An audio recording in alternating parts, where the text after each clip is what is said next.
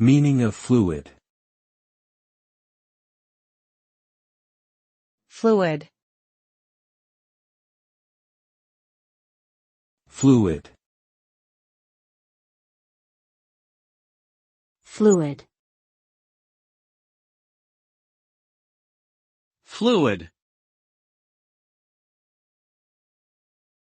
The term fluid refers to a substance that can flow freely and is not rigid. It can take the shape of its container and has the ability to move and change its form easily. Fluids can be classified into liquids, gases, or plasma and are fundamental to many branches of science and engineering. The study of fluid mechanics is important in understanding the behavior of fluids and their interaction with different environments. In everyday life, fluid dynamics can be observed in the movement of air, water, and blood throughout the body.